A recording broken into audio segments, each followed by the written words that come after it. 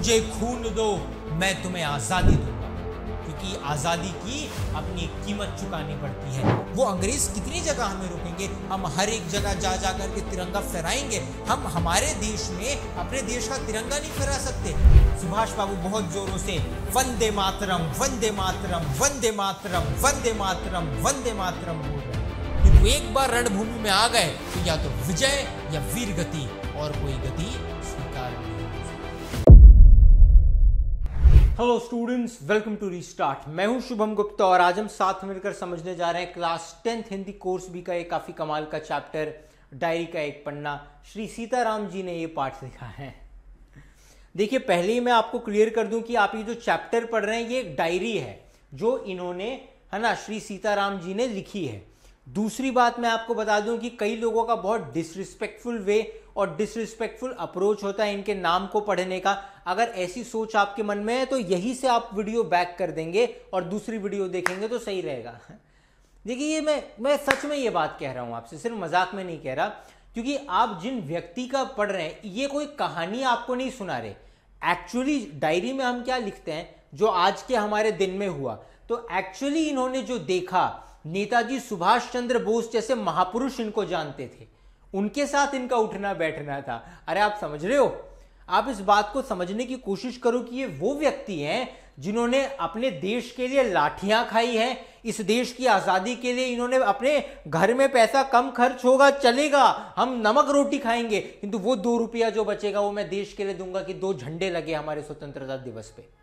ये वो व्यक्ति है जिन्होंने उन क्रूर अंग्रेजों ने जब हमारे स्वतंत्रता सेनानियों का लाठियों से मारकर सर फोड़ा तो इन्होंने वो दृश्य अपनी आंखों से देखा है और उस पीड़ा और उस वेदना से वो ये पाठ पढ़ा रहे हैं। ये पाठ सिर्फ कोई कहानी नहीं है कि क्या हुआ, आप इस चीज को समझिए।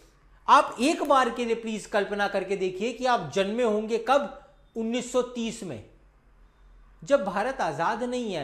उस वक्त आपके क्या सपने होंगे? आज आप बड़े बड़े सपने देखते हैं कि 10th में 10 CGPA, 90%, 12th IIT, Google, Microsoft, फिर अमेरिका जाना, जर्मनी जाना। आपके वो सपने ही नहीं होते। अरे जिस देश में अंग्रेजों की हुकूमत है, पिताजी को कब उठा के ले गए हैं, काला पानी ले गए हैं, कहां ले गए हैं, जीवित है नहीं जीवित है कुछ नहीं पता, घर में पैसे नहीं है, भुखमरी होती है। तो सपना क्या होता है? बस थोड़ा सा पढ़ ले, बस इतने काबिल हो जाए कि कुछ पैसे कमाए, किंतु धर्म नहीं छोड़ा।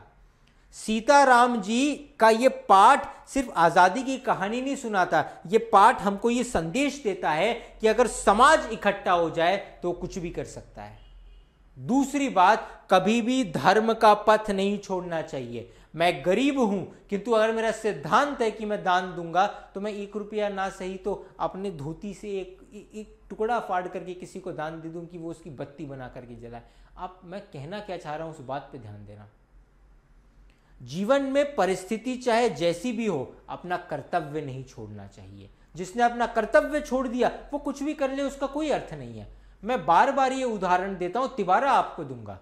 अर्जुन जी भगवान श्री कृष्ण से क्या कह रहे हैं कि जिन गुरु द्रोण ने दी धनुविद्या, उन पर धनुष उठाऊं कैसे, पूजन योग्य जो भीष्म पितामह, उन पर बाण चलाऊं कैसे। ये मेरे भाई, मैं भीख मांग के खा लूंगा, मैं तपस्या में संन्यास ले लूंगा, भिक्षा का अन्न पालूंगा, किंतु मैं इनका वध नहीं करूंगा, मैं युद्ध नहीं करूंगा। तो भगवान वहां क्या आदेश कर रहे हैं कि मेरा स्मरण करो, युद्ध करो, गांडीव उठाओ, प्रत्यंचा चढ़ाओ, क्योंकि यही तुम्हारा कर्तव्य है। कर्तव्य से जो विमुख होगा वो भगवान को कभी प्रिय नहीं हो सकता। अपना कर्तव्य निभाना ही आपको होगा। आप राजा हैं तो राजा का कर्तव्य निभाइए। चक्रवर्ती सम्राट अम्बरीश, महाभागवत, महामहिम भीष्म, राजभवन में ब्रह्मचारी रहना कोई छोटी मोटी बात नहीं है, बहुत बड़ी बात है। जो भी हस्तिनापुर के सिंहासन पर बैठेगा मैं उसका दास बनूंगा, महाभागवत, किंतु कर्तव्य निभा रहे हैं।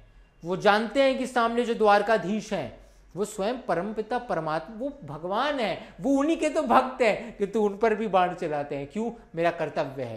प्रभु ने हमें जो रोल दिया है, हमें वो रोल बहुत अच्छे से, ये मेरे गुरुदेव के वाक्य है जो मैंने अभी आपके सामने कहे, इससे पहले वाले भी, जो प्रभु ने हमें रोल दिया है, हमें वो रोल अच्छे से निभाना है। बस आप समझ रहे हो?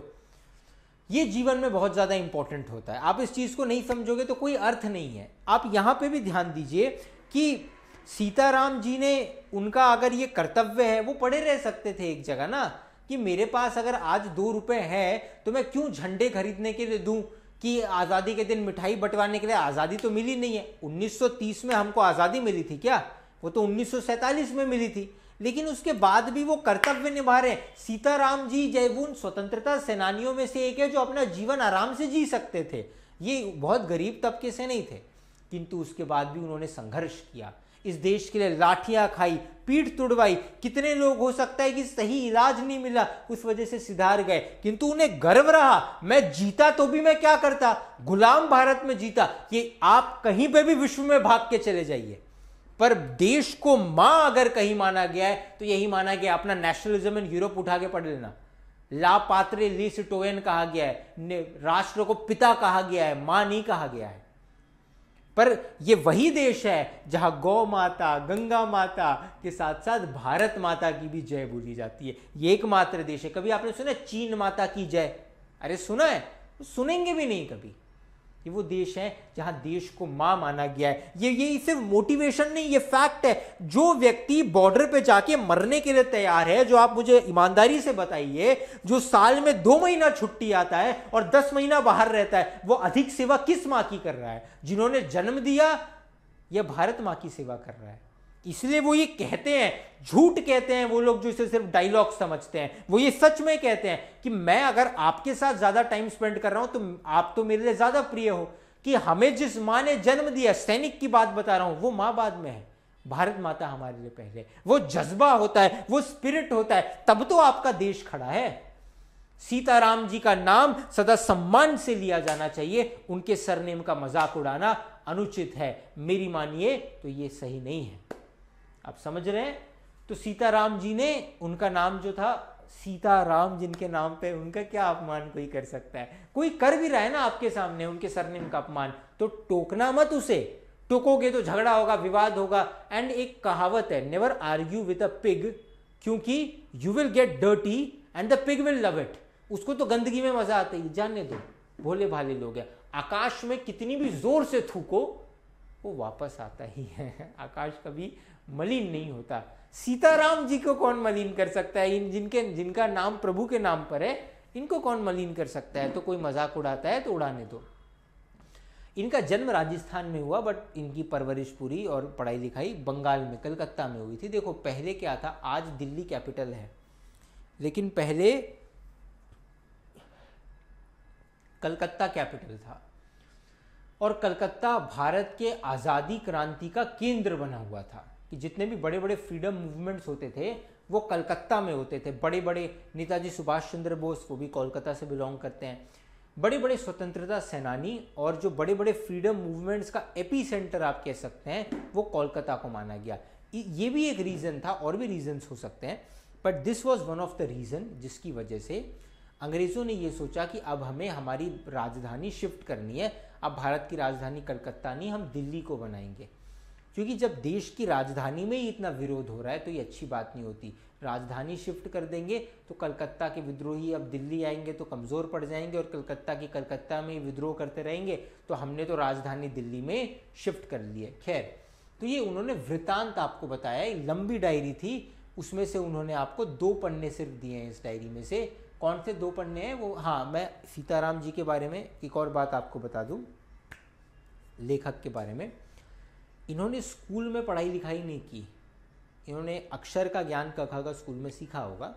उसके बाद की जो पढ़ाई लिखाई इन्होंने खुद से की, खुद किताब लेकर के, अध्ययन करके, खुद मेहनत करके। तो इनका ज्ञान ऐसा नहीं है कि पढ़ा हुआ ज्ञान है, जीवन का अनुभव किया हुआ ज्ञान है इनका। इन्होंने खुद से अध्ययन किया और खुद से पढ़ाई की, और इतने काबिल बने कि इतनी अच्छी वो लिखावट उनकी इतनी अच्छी आप देखोगे। और रोज़ डायरी लिखते थे। उनकी डायरी का एक पन्ना, चैप्टर का नाम क्या है, डायरी का एक पन्ना, उनकी डायरी का एक पन्ना आपको दिया जा रहा है। ऐसे तो चैप्टर 2 पेज का है, बट एक ही पन्ना समझो, आगे का पन्ना पीछे का पन्ना। उनकी डायरी से 1 पेज। अब देखो डायरी आपको पता है, जिनको नहीं पता फिर भी मैं बता देता हूँ। डायरी क्या होता है, जैसे रात में सोने से पहले आज आपके दिन में आपके साथ क्या क्या हुआ, डियर डायरी ऐसे लिख करके, ऐसे डियर डायरी हिंदी में नहीं लिखते, बट आज आपके साथ पूरे दिन में क्या हुआ वो सब आप लिखते हो उसमें, ठीक है।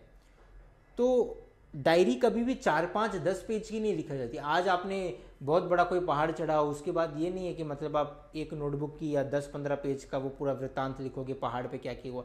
डायरी अक्सर एक दिन के बारे में 1-2 पेज में ही लिख दिया जाता है, उससे ज़्यादा नहीं। तो उनकी डायरी का एक पन्ना, आप यहाँ पे इस चीज़ को भाव से समझिए।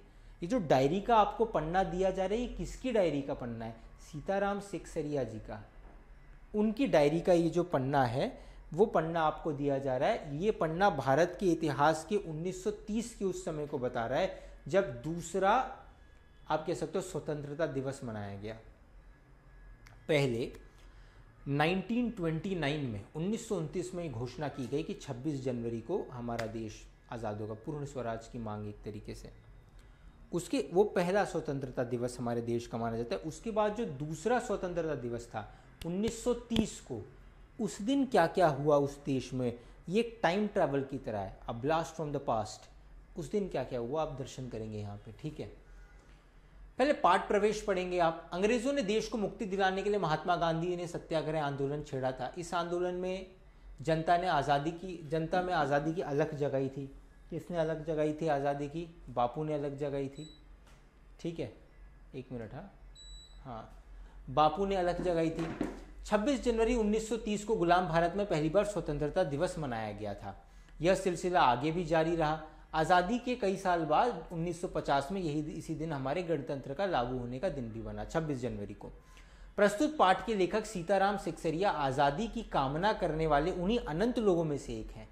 वह दिन प्रतिदिन जो भी देखते, सुनते और महसूस करते उसे अपनी निजी डायरी में दर्ज कर लेते थे। यह क्रम कई वर्षों तक चला।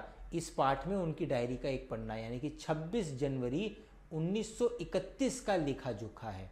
1930 को सबसे पहला स्वतंत्रता दिवस मनाया गया, तब भी सीताराम जी थे, बट उसकी बात नहीं की जा रही। जो दूसरा, सबसे पहला कब मनाया? 1930 में। जो दूसरा आपका स्वतंत्रता दिवस मनाया गया 1931 में। माफ़ कीजिएगा अगर मेरी बोलने की वजह से आपको लग रहा होगा कि 1930 की स्टोरी सुनाई गई है, नहीं, एक्चुअली स्टोरी किसकी? 1931 की। सबसे पहला स्वतंत्रता दिवस कब मनाया गया था? 1930 को। उसके बारे में लिखा है क्या? नहीं। लिखा कब है? उसके बाद, जस्ट बाद वाले, दूसरा, पहले के नहीं, दूसरे के बारे में लिखा है, 1931 वाले के बारे में। जब हम स्वतंत्रता दिवस के बारे में बात कर रहे हैं तो क्या 15 अगस्त 1931 पे क्या हुआ वो लिखा है? नहीं। पहले स्वतंत्रता दिवस 26 जनवरी को माना जाता था। तो 26 जनवरी 1931 को क्या हुआ वो इस पाठ में आपको बताएंगे। नेताजी सुभाष चंद्र बोस और स्वयं लेखक सहित कलकत्ता के लोगों ने देश का दूसरा स्वतंत्रता दिवस किस जोश खरोश से मनाया। अंग्रेजी प्रशासकों ने इसे उनका अपराध मानते हुए उन पर और विशेषकर महिला कार्यकर्ताओं पर कैसे कैसे जुल्म ढाए, कैसे नीच लोग थे, यही सब इस पाठ में वर्णित है। यह पाठ हमारे क्रांतिकारियों की कुर्बानियों की याद तो दिलाता ही है, साथ ही यह भी उजागर करता है कि एक संगठित समाज कृत संकल्प हो तो ऐसा कुछ भी नहीं है जो नहीं कर सकता। देखो, जब एक समाज इकट्ठा हो जाता है, सब ठान लेते हैं कि हमें ये करना है, तो मिलजुल करके कोई भी कार्य असंभव नहीं है। मिलजुल करके कोई भी कार्य किया जा सकता है, जो मैंने आपको पहले भी बताया था। सीधा आप डायरी पे आ जाते हैं। 26 जनवरी 1931। मैं आपको थोड़ा सा पहले बताता हूँ, नहीं तो आपको थोड़ा सा बोर होने लगेगा और आप समझ नहीं पाएंगे। सबसे पहला इंडिपेंडेंस डे 26 जनवरी 1930 को मनाया गया। पहला था तो लोगों को उतना पता नहीं था, लोगों में जागरूकता नहीं थी, उतने ग्रैंड स्केल पे उसको मनाया भी ना जा सका। अगले साल लोगों को पता था। तो जितने बड़े बड़े स्वतंत्रता सेनानी हैं, महिला स्वतंत्रता सेनानियाँ, स्वयं नेताजी सुभाष चंद्र बोस, सीताराम जी और भी कई सारे बड़े बड़े स्वतंत्रता सेनानी, इन सबका था कि हमारे देश को हमें अंग्रेजों से आज़ादी दिलानी है।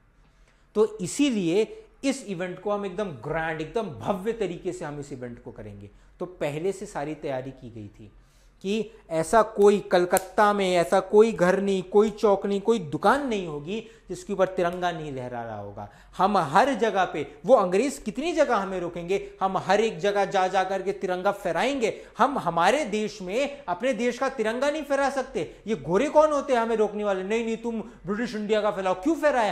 हम भारतीय हैं, हम भारत का झंडा फहराना चाहते हैं, हम फहराएंगे, हम जुलूस निकालेंगे। ये अंग्रेज लाठी चार्ज करेंगे, कमर तुड़वानी पड़े तो तुड़वाएंगे साहब, किंतु हार नहीं मानेंगे। हार नहीं मानूंगा, रार नहीं ठानूंगा, नहीं मानेंगे। तो पूरी तैयारी की थी इन्होंने, और अंग्रेजी सरकार को भी अंदेशा था कि क्या क्या होने वाला है, तो उन्होंने भी अपनी तरफ से पूरी तैयारी की थी। लगातार पुलिस पेट्रोलिंग कर रही थी, यानी कि गश्त पे गश्त लगाई जा रही थी। कई लोगों को मारा गया, पीटा गया, जेल में भरा गया, है ना। नेताजी को भी ये सब झेलना पड़ा।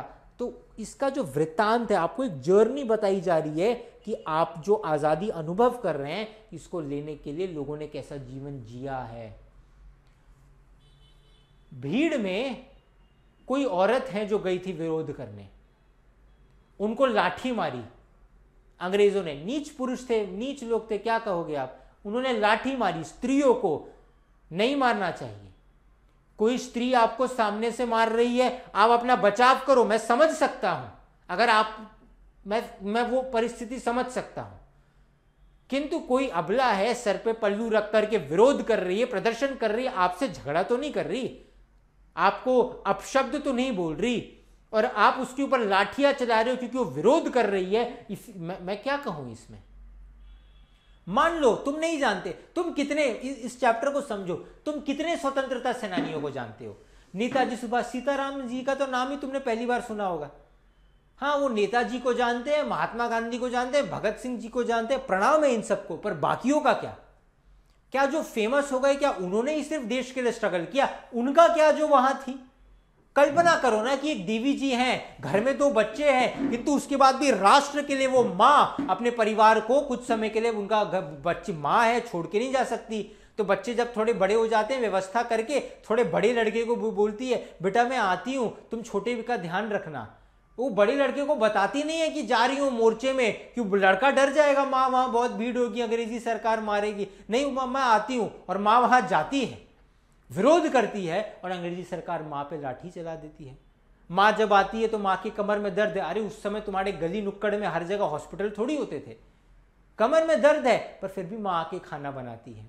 जब बच्चा पूछता है माँ आप कहाँ गई थी, तो माँ झूठ बोल देती है। माँ की आंखों में आंसू है क्योंकि दर्द हो रहा है, पर माँ झूठ बोल देती है, अरे इधर ही मैं सहेली के, नहीं मोर्चे वोर्चे में नहीं गई थी। उस आंसू ने तुम्हें स्वतंत्रता दिलाई है। मैं यही बात तुम्हें बताना चाहता हूं। उस आंसू ने स्वतंत्रता हमें दिलाई है। उस कुर्बानी ने, उस संघर्ष ने स्वतंत्रता दी। अगर ये नहीं समझ सकते तो वेस्ट है ये पाठ पढ़ना, मत पढ़ो ये पाठ। उस आंसू का महत्व जानो यार, उस आंसू का महत्व जानो, उस माँ की पीड़ा को समझो, उन पुरुषों की भी पीड़ा को समझो जिनका लाठियों से मार के सर फोड़ दिया गया, जिनका तुम नाम नहीं जानते। वो तो देश के लिए आगे गए थे। तुम जिनका नाम नहीं चाहते, क्या उनका योगदान नहीं है? अरे अनाथ कौन है यहाँ, त्रिलोकनाथ साथ है, अनंत आत्मभाव जो विश्व में भरे। भगवान जानते हैं, भगवान जानते हैं।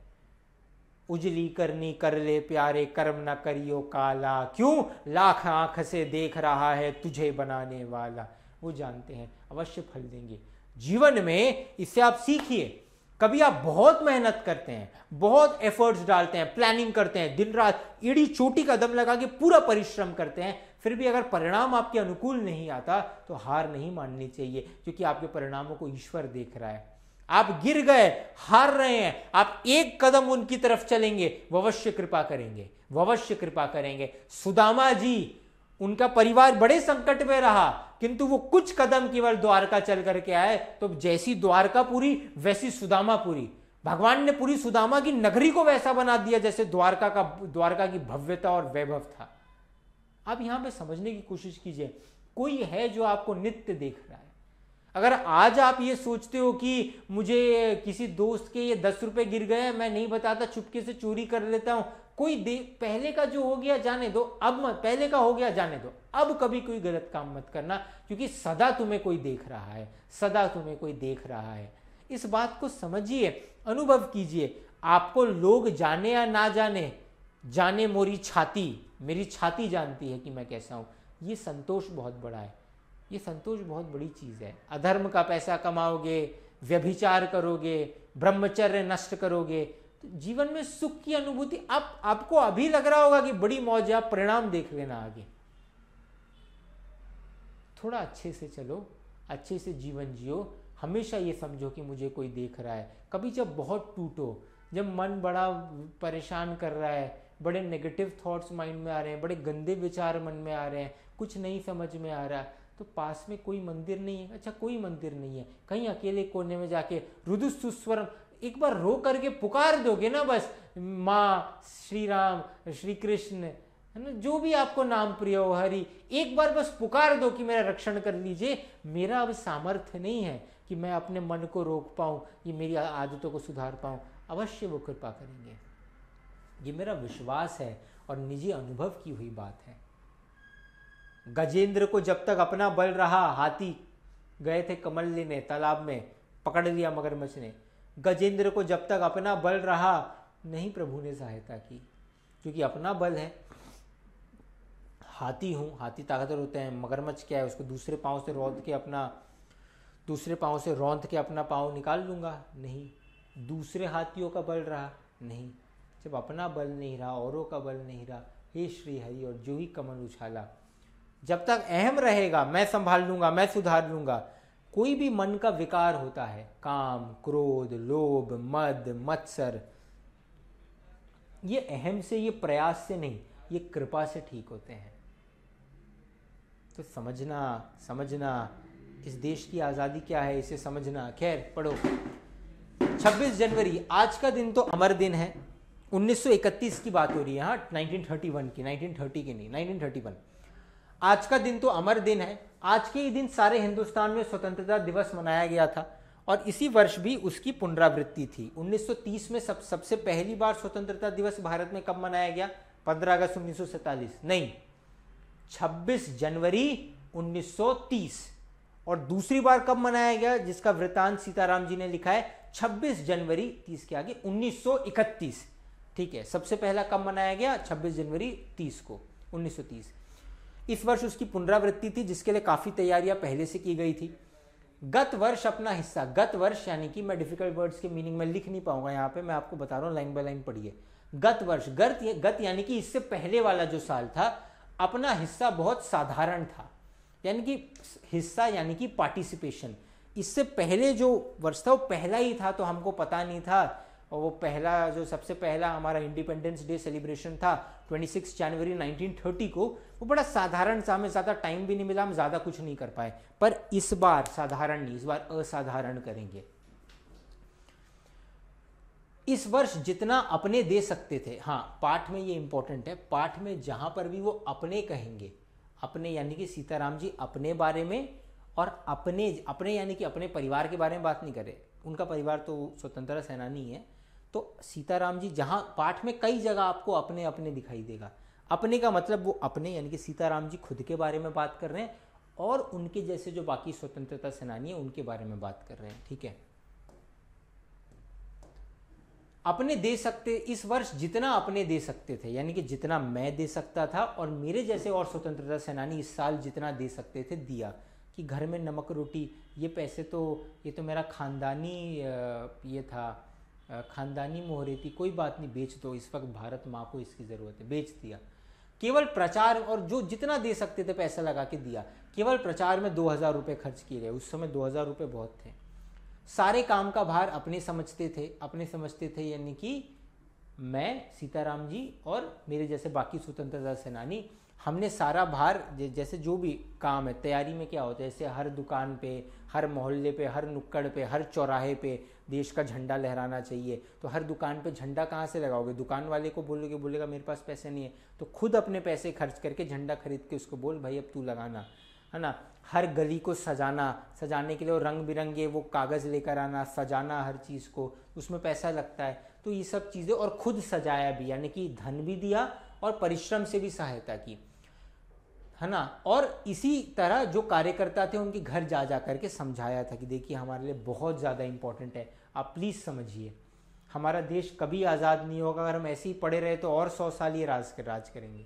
तो प्लीज़ बहुत ज़्यादा इंपॉर्टेंट है, आप ऐसे करिए, ऐसे करिए, ऐसे हम ब्रिटिश गवर्नमेंट के ऊपर प्रेशर बनाएंगे। तो सबको जा करके समझाया कि लोगों को ऐसे बताओ, लोगों को मोटिवेट करो, इंस्पायर करो बाहर आने के लिए। बड़े बाजार के प्राय मकानों पर, छोटे बाजार भी होते हैं पर उनकी नहीं, बड़े बाजारों की बात हो रही है, प्राय यानी कि ज़्यादातर मकानों पर राष्ट्रीय झंडा फहरा रहा था। कोई भी घर है किसी का भी, आप प्लीज़ आज झंडा फहराइए एक दिन के लिए, 26 जनवरी 1931 को।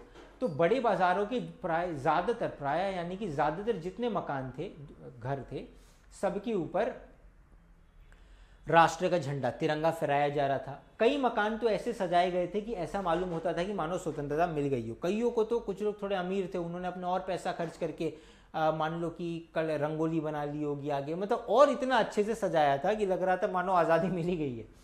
कलकत्ते के प्रत्येक भाग में ही झंडे लगाए गए थे। पूरे कलकत्ता में, कोलकाता शहर में पूरे हर भाग में, हर चौराहे, हर गली, हर नुक्कड़ पे कहीं ना कहीं झंडे लगाए गए थे। बड़े बड़े बाजारों में तो जितने दुकान है, जितने मकान है, उन सबके ऊपर भी तिरंगा लगाया गया था। अंग्रेजी सरकार कहाँ कहाँ से उतरवाएगी। जिस रास्ते से मनुष्य जाते थे उसी रास्ते में उत्साह और नवीनता मालूम होती थी।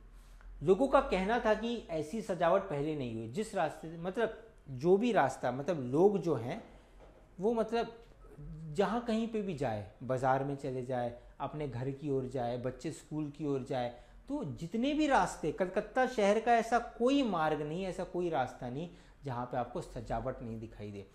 2000 रुपये उस समय, आज़ादी से पहले, उस समय 1931 में खर्चा किया था, बहुत पैसे होते थे। और कई लोगों ने अपनी जेब से खर्चा किया, कई लोगों ने अपना खुद का घर ऐसा सजाया कि ऐसा लग रहा है इतना अच्छा सजाया मतलब मानो आज़ादी मिल गई हो।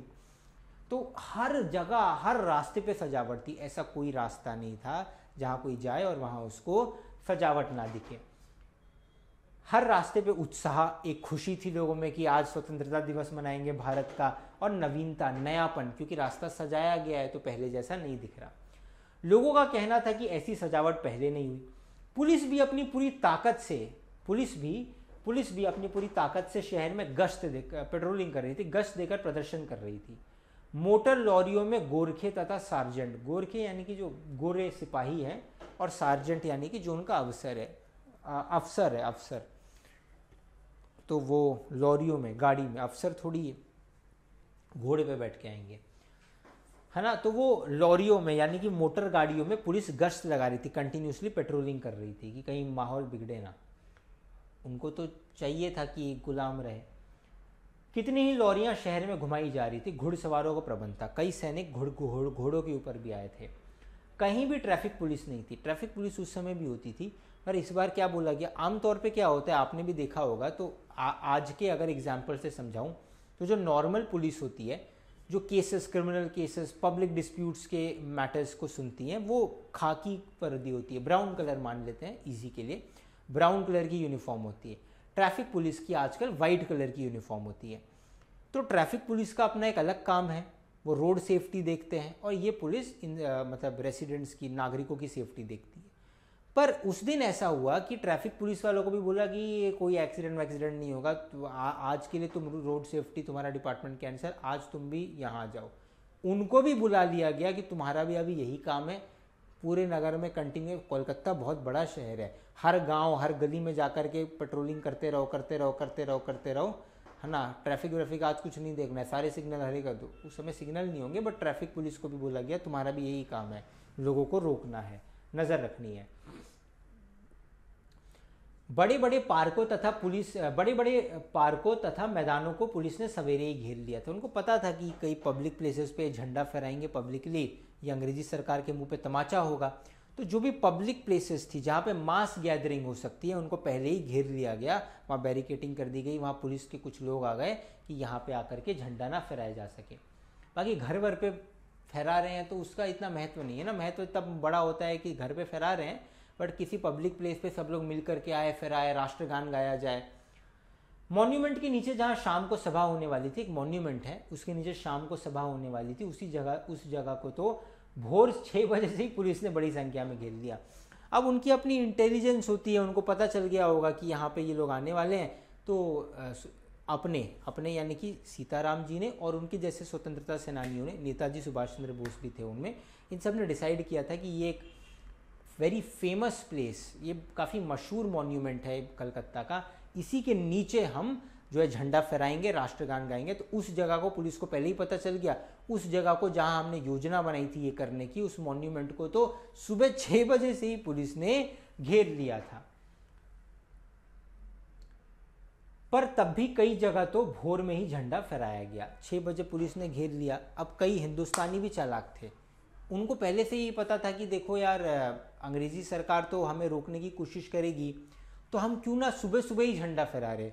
तो कुछ लोग सुबह ब्रह्म मुहूर्त में 4 बजे उठ गए, कुछ 5 बजे उठ गए, कुछ 6 बजे उठ गए। अब पुलिस तो मॉन्यूमेंट घेरने में बिजी है। तब बाकी लोग, स्वतंत्रता सेनानियों का प्लान था ना कि मॉन्यूमेंट पे हम करेंगे, बाकी लोग अपने अपनी जगह पे, किसी ने अपने चौराहे पे, किसी ने किसी गवर्नमेंट स्कूल के प्लेग्राउंड में, जहाँ लोगों को लगा, उन्होंने सुबह सुबह ही फहरा दिया कि पहले ही फहरा देंगे, झंझट नहीं रहेगा। तो कुछ लोगों ने क्या किया, भोर में ही अलग अलग जगह झंडा फहरा दिया था।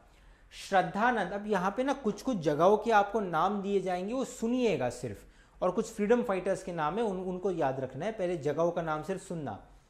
श्रद्धानंद, और इसे याद भी रखना, श्रद्धानंद पार्क में बंगाल प्रांतीय विद्यार्थी संघ के मंत्री अविनाश बाबू ने झंडा गाड़ा। तो पुलिस ने उनको, श्रद्धानंद पार्क था एक, उसमें बंगाल प्रांतीय विद्यार्थी, एक गवर्नमेंट स्कूल था, आप या श्रद्धानंद पार्क में, उसमें उस गवर्नमेंट स्कूल के मंत्री, मतलब उसकी मैनेजमेंट से रिलेटेड कोई काम था, अविनाश बाबू ने झंडा गाड़ा उस स्कूल में। तो पुलिस ने उनको पकड़ लिया था, तथा और लोगों को मारा या हटा दिया गया। अब वो उस स्कूल के इंपॉर्टेंट ट्रस्टी वगैरह थे, मंत्री यानी कि वही समझिए। तो स्कूल में उनकी चलती, वहाँ गए, उन्होंने स्कूल के मैदान में झंडा गाड़ा, पुलिस तब तक वहाँ आ गई, उनको पकड़ के ले जाया गया, और जो भीड़ इकट्ठा हुई थी बच्चों की और बाकी टीचर स्टाफ की, उनको मार पीट के हटा दिया गया। तारा सुंदरी पार्क, श्रद्धानंद पार्क हो गया। अब तारा सुंदरी पार्क में बड़ा बाजार कांग्रेस कमेटी के युद्ध मंत्री मतलब जो लड़ाई करते हैं, क्या काइंड ऑफ युद्ध मंत्री, जो पार्टी के ये सब कैसे अंग्रेजों के विरोध करना है, उन सब डिपार्टमेंट को देखते हैं। तारा, पहले श्रद्धानंद पार्क, अब तारा सुंदरी पार्क में बड़ा बाजार कांग्रेस कमेटी के युद्ध मंत्री हरीश चंद्र सिंह झंडा फहराने गए। कांग्रेस पार्टी के एक मंत्री, युद्ध वुद्ध छोड़ दो, या लिखना हो तो लिख देना, कांग्रेस पार्टी के युद्ध मंत्री झंडा फहराने गए, भीतर ही नहीं जा सके, वहां पर काफी मारपीट हुई और 2-4 आदमियों के सिर फट गए। वो जाना चाहते थे तारा सुंदरी पार्क में। श्रद्धानंद पार्क में तो कम से कम अंदर जाके झंडा गाड़ दिया था, फहरा भी दिया होगा, पर तुरंत पुलिस आ गई, उनको उठा लिया, अविनाश बाबू को और बाकी लोगों को मार के और ऐसे हटा दिया। वो कोई बंगाल के स्कूल के मंत्री थे, कौन से मंत्री थे पता नहीं। फिर कांग्रेस पार्टी के युद्ध मंत्री वो गए तारा सुंदरी पार्क में, श्रद्धानंद पार्क ऊपर था, वो तारा सुंदरी पार्क में गए कि झंडा फहराऊंगा, पर पार्क में उनको जाने ही नहीं दिया, और पार्क के एंट्री में घुसे ही थे कि वो झंडा जहाँ फहराना है उस स्थल तक पहुँचते उससे पहले ही पुलिस ने उनको पकड़ लिया, और वहाँ बहुत मारपीट हुई, क्योंकि वो कांग्रेस पार्टी के एक युद्ध मंत्री है, तो उनके काफ़ी और बाकी लोग हैं, कांग्रेस पार्टी के अन्य कार्यकर्ता होंगे, नॉर्मल लोग होंगे, उन्होंने विरोध किया होगा, तो अंग्रेज़ों से झड़प हुई, अंग्रेज़ों ने लाठीचार्ज किया। वो आंख बंद करके, वो तो मतलब गलत काम करने ही आया, तो सही गलत के बारे में क्या सोचेंगे, आंख बंद करके लाठी भांजते होंगे, किसी के सर्वर पे लग गया।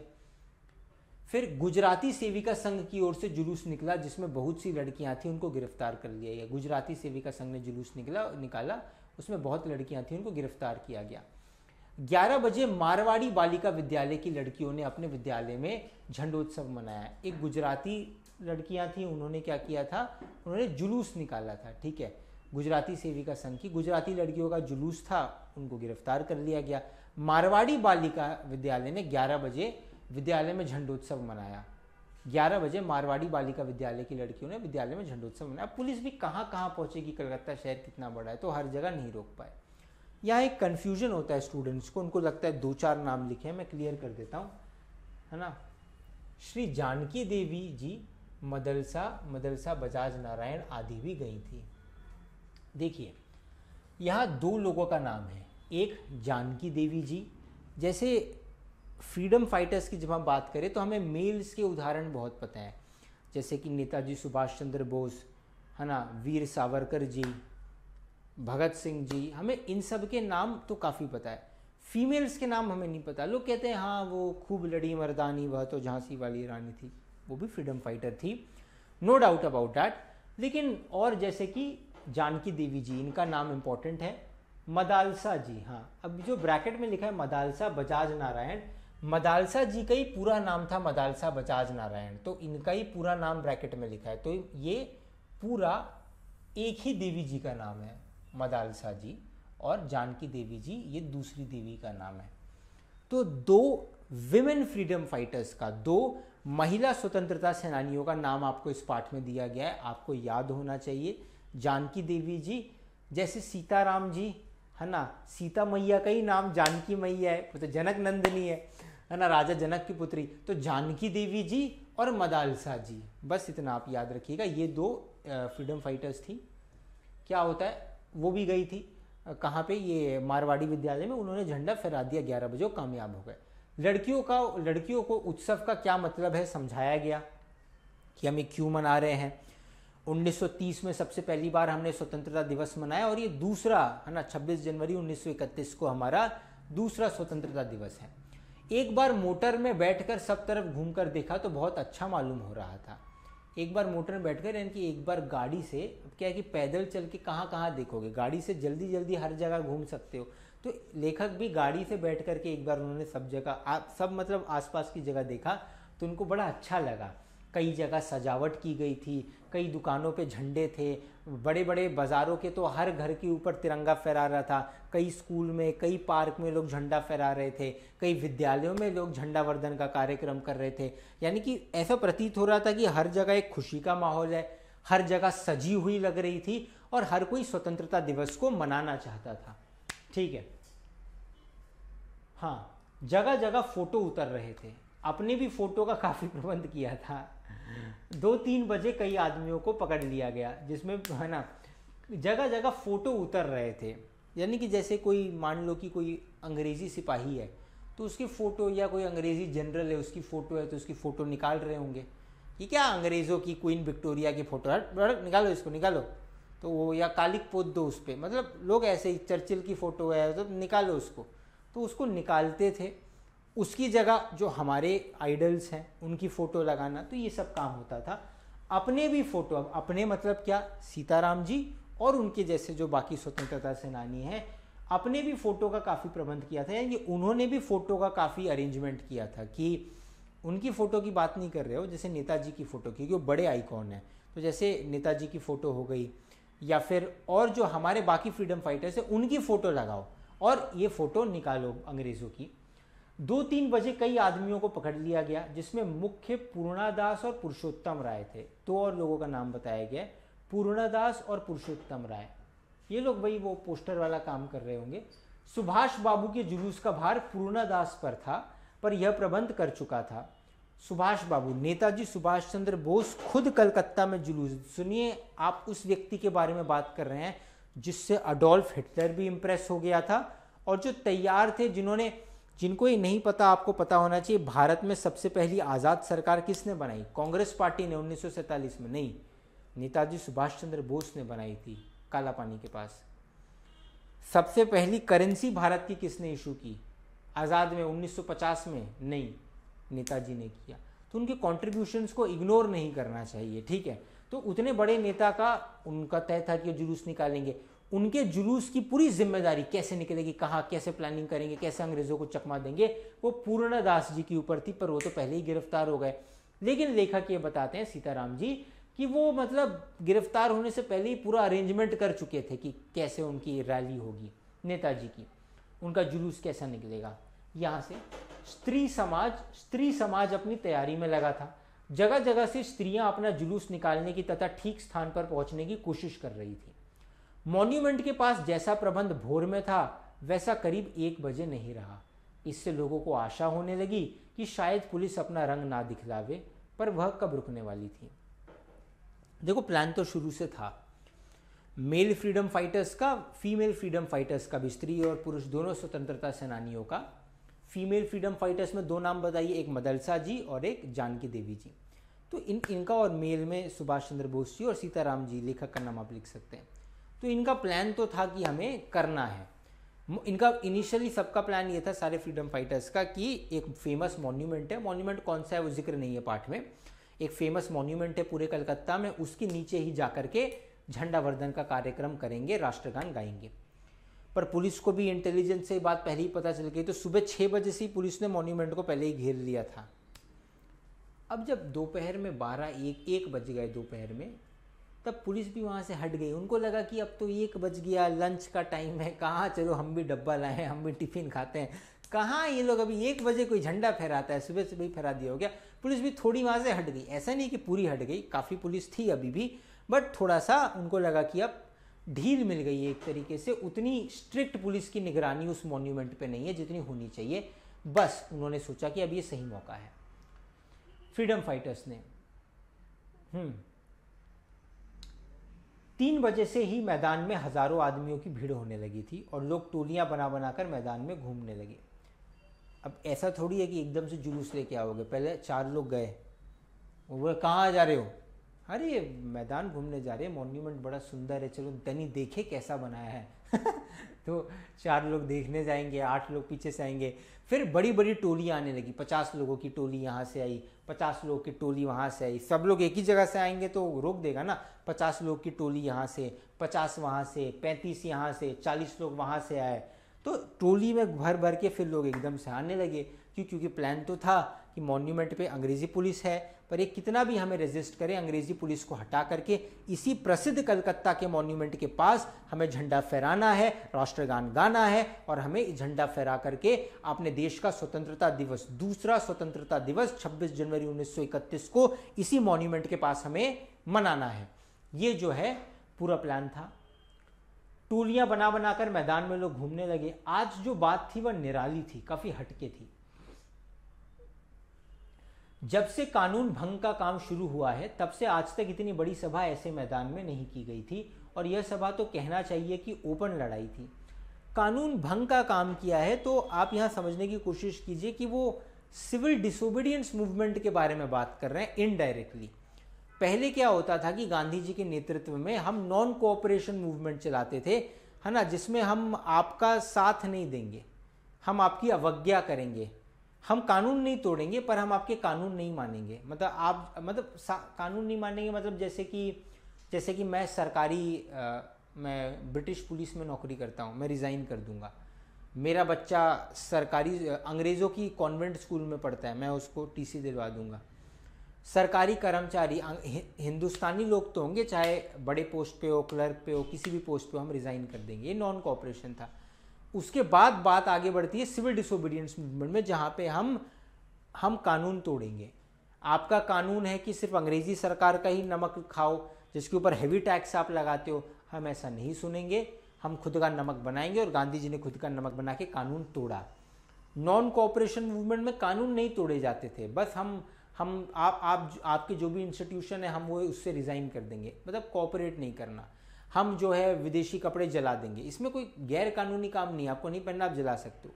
पर सिविल डिसोबीडियंस मूवमेंट में कानून तोड़ने की बात होने लगी। जैसे गांधी जी ने स्वयं दांडी मार्च में कानून तोड़ा था नमक बना के। खैर, तो जब कानून भंग का काम शुरू हुआ है, जब से यानी कि सिविल डिसोबीडियंस मूवमेंट शुरू हुआ है, तब उस टाइम से लेकर अब तक, उस टाइम पे भी काफी बड़ी सभा निकली होगी, पर उस टाइम से लेकर अब तक इतनी बड़ी सभा किसी मॉन्यूमेंट मैदान में था, ऐसे मैदान में नहीं आई होगी जितनी बड़ी सभा आज यहां आई है।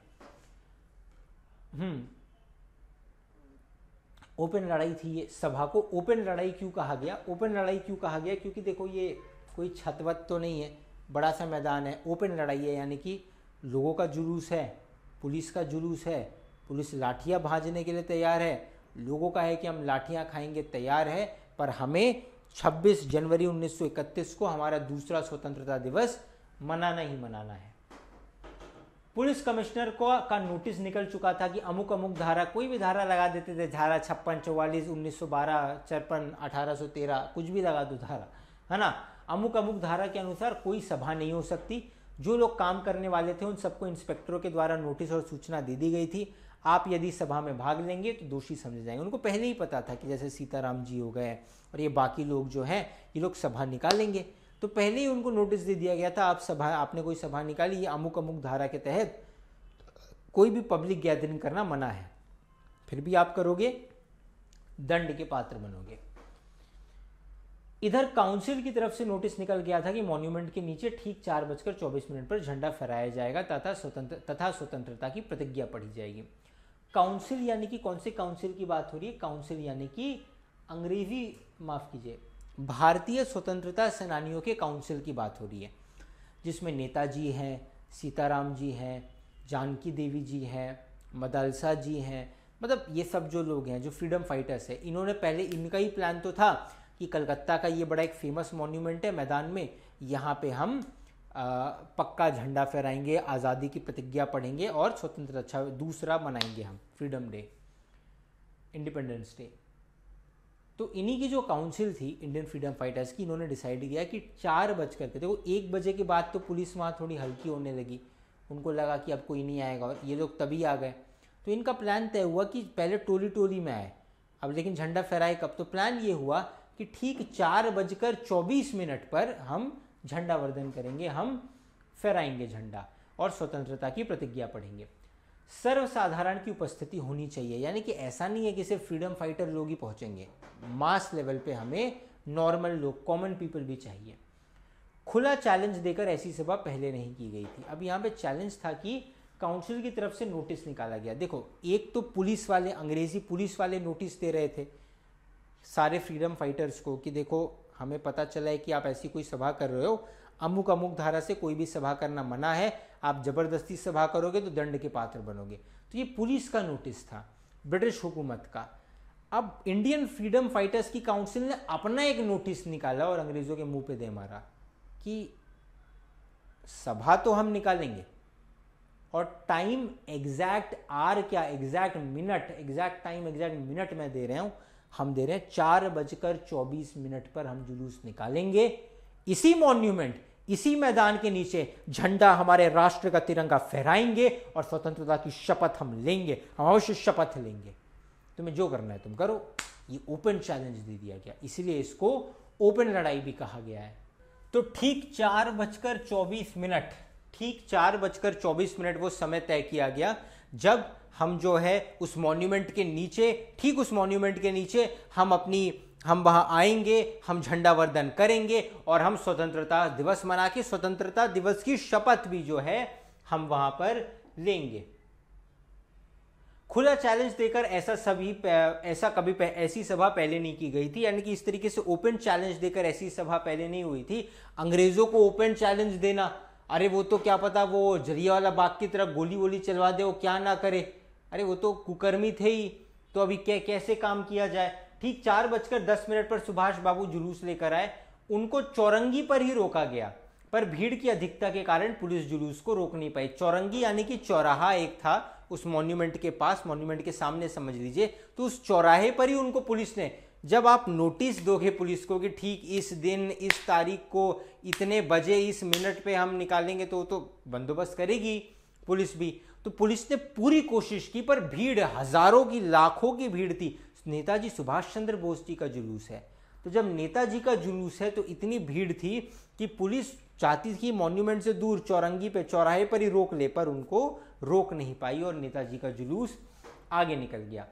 पर भीड़ की अधिकता के कारण पुलिस जुलूस को रोक नहीं सकी। मैदान के मोड़ पर पहुंचते ही पुलिस ने लाठियां चलानी शुरू कर दी। पहले तो उन्होंने बैरिकेडिंग की होगी, बड़े बड़े ढाल लेकर के लोगों को धक्का देने की कोशिश की होगी, पर भीड़ ही इतनी है तो पुलिस ने भी फिर लाठी भांजना और लाठी चार्ज करना शुरू कर दिया। बहुत आदमी घायल हुए, सुभाष बाबू पर भी लाठियां पड़ी। सुभाष बाबू बहुत जोरों से वंदे मातरम, वंदे मातरम, वंदे मातरम, वंदे मातरम, वंदे मातरम बोल रहे थे। ज्योतिमर्रे गांगुली ने सुभाष बाबू से कहा आप इधर आ जाइए, पर सुभाष बाबू ने कहा आगे बढ़ना है। देखिए, नेताजी सुभाष चंद्र बोस जो हमारे Indian independence, Indian freedom struggle के एक आइकॉन रहे हैं, उनके बारे में हमने सिर्फ लिखा या सुना है, पर आप जिन सीताराम जी की डायरी पढ़ रहे हैं, ये वही हैं जिन्होंने अपनी आंखों से नेताजी सुभाष चंद्र उन जैसे उनको देखा है, साक्षात उनको देखा है, उन महापुरुष को देखा है उन्होंने अपनी आंखों से, उनके जज्बे को देखा है कि उनको भी लाठियां पड़ रही है, लेकिन नहीं, हमें जाना है तो जाना है, मारो, यहाँ जहाँ लाठी पड़ रही जाने तो जाओ। फिर नेताजी के किसी परिचित ने बोला अरे आप तो नेता, अरे आप यहाँ आ जाइए, साइड में आ जाइए, साइड में आ जाइए। बोले नहीं, मैं साइड में जाऊंगा, जुलूस साइड में जाएगी, नहीं, सीधा जाना है, मंजिल सामने है, चाहे लाठी पड़े, गोली पड़े, बम चले, सर फटे, हम आगे बढ़ेंगे, है ना। तुम मुझे खून दो, मैं तुम्हें आजादी दूंगा, क्योंकि आजादी की अपनी कीमत चुकानी पड़ती है। तुम्हें अगर आजाद बन करके जीना है, एक आजाद इंसान की तरह सांस लेनी है, गुलाम बन करके नहीं मरना, तो तुम्हें देखो मौत तो आनी है, आज नहीं तो कल, मृत्यु तो होनी है, पक्का, निश्चित और सबकी होनी है, और एक ही बार होनी है, बार बार नहीं, तो डरना क्या उससे। नेताजी सुभाष चंद्र बोस काफी बोल्ड व्यक्ति थे। तो आप इस तरीके से यहां पे समझिए कि लाठी पड़ रही है, वो वंदे मातरम बोल रहे हैं और बोले नहीं, साइड में नहीं, आगे बढ़ना है। यह सब तो अपनी सुनी हुई लिख रहे हैं, पर सुभाष बाबू का और अपना विशेष फासला नहीं था। सुभाष बाबू बड़े जोर से वंदे मातरम बोलते थे, वह अपनी आंखों से देखा, सीताराम जी ने देखा। श्री सीताराम जी ने, जो जिनकी डायरी का ये पन्ना है, उन्होंने अपनी आंखों से ये सारी बातें देखी। उस महापुरुष के आप मतलब इनके आप जीवन का ये पाठ पढ़ रहे हैं, जिन्होंने खुद हिस्ट्री को अपने सामने अनफोल्ड होता हुआ देखा है। पुलिस भयानक रूप से लाठियां चला रही थी, पुलिस भी पागल हो गई। क्षितिज चटर्जी का फटा हुआ सिर देखकर तथा आंखें मीच जाती थी। इधर यह हालत हो रही थी कि उधर स्त्रियां मॉन्यूमेंट की सीढ़ियों पर चढ़ झंडा फहरा रही थी और घोषणा पड़ रही थी। अब क्या है कि पुलिस तो पुरुषों पे ही बिजी थी। अब ये जो जुलूस निकालने वाले हैं, ये भी ऑफकोर्स नेताजी हैं, इनके लीडर और भी लोग हैं, स्मार्ट होते हैं। एक ही भीड़ नहीं इकट्ठा की जाती है, अलग अलग तरीके से भीड़ इकट्ठा। जैसे पुराने ज़माने में क्या होता था कि राजा अक्सर क्या करते थे कि वो अपनी आधी सेना को भेजते थे लड़ने के लिए। तो दुश्मन को लगता था इतनी ही सेना है, तो वो अपनी सेना भेज देते थे और आधी सेना को पीछे कहीं छुपा के रखते थे। बोलते थे जब इन दोनों में लड़ाई होगी तो तुम इस दिशा से या किसी और दिशा से दो तरफा हमला कर देना। तो दुश्मन की सेना समझ नहीं पाएगी कि अब मैं यहाँ लड़ूं या वहाँ लड़ूं, तो फिर उससे कम सैनिक होने पर भी हम जीतने की हमारी संभावना बहुत ज़्यादा बढ़ जाएगी।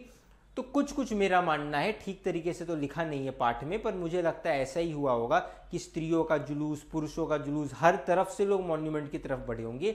एक तरफ नेताजी को आपने लाठियां चलाई, आपने उनके जुलूस को रोकने का प्रयास किया, पर दूसरी तरफ से जो स्त्रियों का जुलूस था वो आगे आ गया, मॉन्यूमेंट की सीढ़ियों तक पहुंच गया पुलिस की इतनी हैवी प्रोटेक्शन के बाद भी, और वहां आकर के बड़ी संख्या में घोषणा पड़ रही थी, झंडा फहराने लगी। देखो, ये अंग्रेजों के गाल पे बड़ा करारा तमाचा था साहब, अंग्रेजों के ऊपर ये बड़ा, उनके गाल पे बड़ा करारा तमाचा था साहब, क्योंकि उनको नोटिस दे करके कि तुमको जो करना है तुम करो, हम तो इस मॉन्यूमेंट के दिन हम आज़ादी दिवस मनाएंगे, हम एक आज़ाद देश हैं, हम तुम्हारे पराधीन, हम तुम्हारे अधीन नहीं है, तुम्हारे गुलाम नहीं है, हम करेंगे। अंग्रेजों ने भी पूरा एड़ी चोटी का बल लगाया, लाठियां चलाई, अंधों की तरह लाठियां भजवाई, लेकिन उसके बाद भी हुआ वही जो हमारे स्वतंत्रता सेनानियों ने ठाना था। इसलिए इस पाठ को शुरू करते वक्त मैंने आपको बताया था कि सीताराम जी ने, जिन्होंने इस पाठ को लिखा है, जिनकी डायरी का ही ये पन्ना आपको दिया गया है, उनके साथ एक्चुअल हिस्ट्री के इवेंट्स आपको दिए गए हैं, वो ये बात कहते हैं कि जब समाज संगठित हो जाए और साथ मिल करके कुछ करना चाहे तो फिर कोई भी कार्य समाज के लिए असंभव नहीं रह जाता।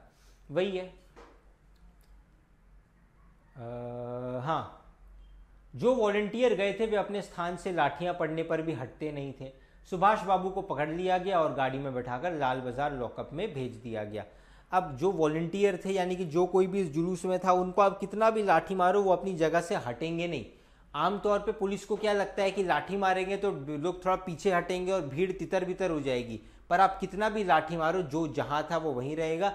फिर भी पुलिस ने भी बहुत रेजिस्टेंस दिखाई और अंत में क्या हुआ कि नेताजी को पकड़ लिया गया और लाल बाजार के किसी पुलिस स्टेशन की लॉकअप में भेज दिया गया। बीच में कुछ देर बाद ही स्त्रियां जुलूस बनाकर वहां से चली, साथ में बहुत बड़ी भीड़ इकट्ठा हो गई। बीच में पुलिस कुछ ठंडी पड़ी थी, उसने फिर डंडे चलाने शुरू कर दिए। अब की बार भीड़ ज्यादा होने के कारण बहुत आदमी घायल हुए। धर्मतल्ले के मोड़ पर आकर जुलूस टूट गया और करीब 50-60 स्त्रियां वहीं मोड़ पर बैठ गई। अब क्या हुआ कि मॉन्यूमेंट पर चढ़ के आपने शपथ ले ली, आपने घोषणा पड़ी, नेताजी को अरेस्ट कर लिया गया। अब क्या हुआ, स्त्रियों का एक और जुलूस निकला और वो स्त्रियों का जुलूस जब आगे गया तो उसके साथ और बहुत सारे लोग जुड़ गए। स्त्रियों के जुलूस के साथ और ज्यादा भीड़ इकट्ठी हो गई। बीच में पुलिस ठंडी पड़ गई थी कि इन लोगों ने आकर के घोषणा तो पढ़ी ली, स्त्रियों ने तिरंगा भी फहराया था, है ना। मैं आपको बताता हूँ, स्त्रियां बहुत बड़ी संख्या में पहुंच गई थी, प्रायः सबके पास झंडा था। जो वॉलंटियर गए थे वे अपने स्थान से लाठियों पड़ने पर भी हटते नहीं थे। सुभाष बाबू को पकड़ लिया गया और गाड़ी में बैठा करके लाल बाजार लॉकअप भेज दिया। ऊपर वाले लिखा है इसमें। इधर यह हालत हो रही थी, उधर स्त्रियां मॉन्यूमेंट की सीढ़ियों पर चढ़ झंडा फहरा रही थी और घोषणा पढ़ रही थी। यानी कि देखो, जो सोचा था वो हो गया। यानी कि स्त्रियां जो हैं वो सोचा क्या था हमारे फ्रीडम फाइटर्स ने, हमारे स्वतंत्रता सेनानियों ने बच्चों, कि हम आपको नोटिस दे रहे हैं ठीक इस दिन 26 जनवरी 1931 4:24 दोपहर के इस मॉन्यूमेंट के पास हम तिरंगा फहराएंगे, स्वतंत्रता की शपथ लेंगे और स्वतंत्रता दिवस मनाएंगे। आपको जो करना है आप करिए साहब, जो करना है कर लो, जो बन पड़े कर लो। अंग्रेजों ने भी पूरी कोशिश की, बहुत लाठियां भाजी पर असर नहीं हुआ। नेताजी को तो रोक दिया गया उनके जुलूस को, पर बगल से स्त्रियों का एक जुलूस और था। स्त्रियां मॉन्यूमेंट की सीढ़ियों पर पहुंची, यानी कि मॉन्यूमेंट सीढ़ी मतलब मॉन्यूमेंट की सीढ़ियों पर चढ़कर मॉन्यूमेंट तक पहुंची। हर स्त्री के पास झंडा था, तो सबने झंडा फहराया और उसके बाद एक तरीके से आजादी की घोषणा पड़ रही, यानी कि शपथ भी आजादी की ले ली। तो जो हमारे फ्रीडम फाइटर्स ने सोचा था वो हो गया। अब उसके बाद स्त्रियों ने, अब देखिए, देवियां ही हैं जो इस देश को आगे लेकर चल रही हैं। मां सबकी बुद्धि स्वरूपा है, वो कृपा ना करे तो कोई परमात्मा चल ही ना सके, गुरुदेव भगवान के श्रीमुख वाक्य। तो आप समझिए, अब माओ ने क्या सोचा कि जब पुरुष नाकामयाब हो गए, उस महिषासुर को जिसे कोई नहीं मार पा रहा था, कोई भी नहीं मार पा रहा था, तो मां ने महिषासुर मर्दनी बन के मां ने मारा। लोग अक्सर कहते होंगे कि मां ने महिषासुर को मारा और कोई नहीं मार सकता, कोई नहीं मार सकता। और ये भी जान लो, जो मेरी अनुभूति है कि मां सबकी, मां ही सबकी सृजनहार है।